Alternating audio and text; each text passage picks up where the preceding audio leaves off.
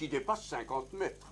Bon, autrement dit, pendant son transport, eh bien, l'eau entraîne évidemment beaucoup de calcaire, mais aussi, c'est très important, du magnésium.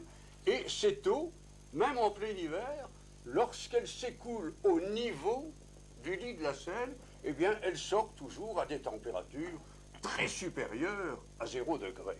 Autrement dit, l'abondance de ces sources, jointes au courant de la Seine, font que c'est une rivière ingelable. On dit toujours la source de la Selle, mais on devrait dire les sources. Oh oui, elles sont... en fait, même la source de la Seine en comporte plusieurs. Mais vous savez que vous avez des sources extrêmement importantes.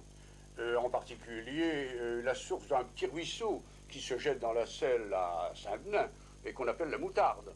Par exemple, vous savez que tous les pavillons qu'il existait autrefois des lavoirs au Cateau, Oui. tout ceci sont alimentés par la Seine. Le pavillon est alimenté par la Seine. Le lavoir de la on rue de dit- la République. Oui, et certains cathésiens prétendent que, à juste raison, que notre ville est établie sur un fromage de gruyère. Ils pensent en particulier aux caves, aux boves, etc.